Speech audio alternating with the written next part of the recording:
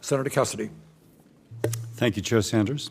Today we have the first legislative markup of this Congress to consider critically important legislation. I practiced for 20 to 30 years taking care of patients, uninsured, underinsured, and sometimes even well-insured. And the cost of prescription drugs could be an incredible barrier to they receiving the health care that they needed. I feel like on behalf of those patients, we are here today. While the process it took to get here was not easy, we have worked on two issues identified as key bipartisan priorities: pharmacy benefit manager reform and lowering the overall cost of prescription drugs. And I would say that I'm pretty proud of the legislation we put together.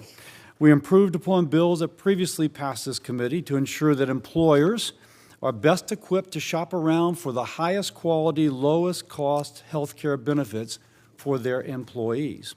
We also bring much-needed transparency to an opaque structure in which middlemen have some sort of margin, we know not which, at the expense of customers and patients who use the service.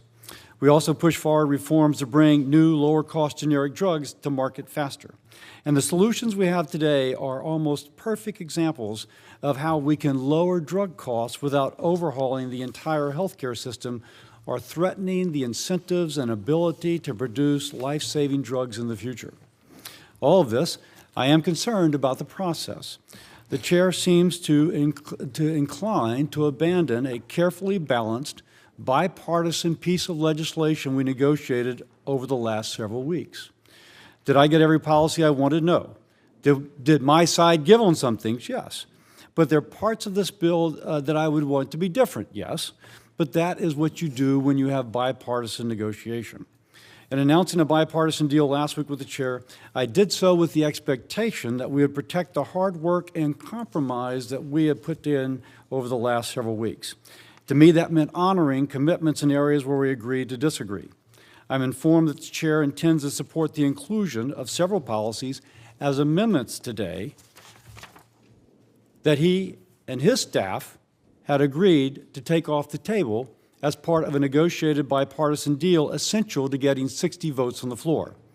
The overall package was negotiated in good faith on our side, with concessions made with the understanding and commitment from the chair and his staff that these policies would not be included. Now, any senator is entitled to file amendments to ask for her or his amendment to be considered. I applaud that. I don't begrudge any senator for asking for votes on an amendment. However, as leaders crafting and announcing this deal, there is an expectation that the chair and I will uphold the commitments we made in the negotiating room.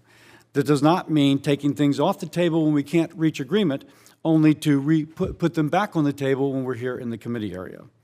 I am told, by the way, of the 4 amendments of which I am speaking, only one of the 4 were we given notice of the CBO score or of the technical assistance that have been rendered. And today we understand that they do have technical assistance and CBO scores. That's not the way to run a committee. I'm just saying that. And it's not the way that I build trust with my down dais that we are actually working together as a team in order to get something accomplished. At some point, process matters. And I'm sorry to be a skunk in the room. One more thing. When I get that TA and I get that CBO, I can work my down dais to make sure that they're on board, my co-sponsor, Roger Marshall, and everybody else, and then I got to go to my conference. That should happen before we show up today, not for us to find out about it today, and so now I have to go and do that. Hopefully for these particular amendments, the chair will join me in moving to table or oppose to protect the deal we carefully crafted to not only report the legislation favorably out of committee, but to pass the full Senate in strong bipartisan fashion. With that, I yield.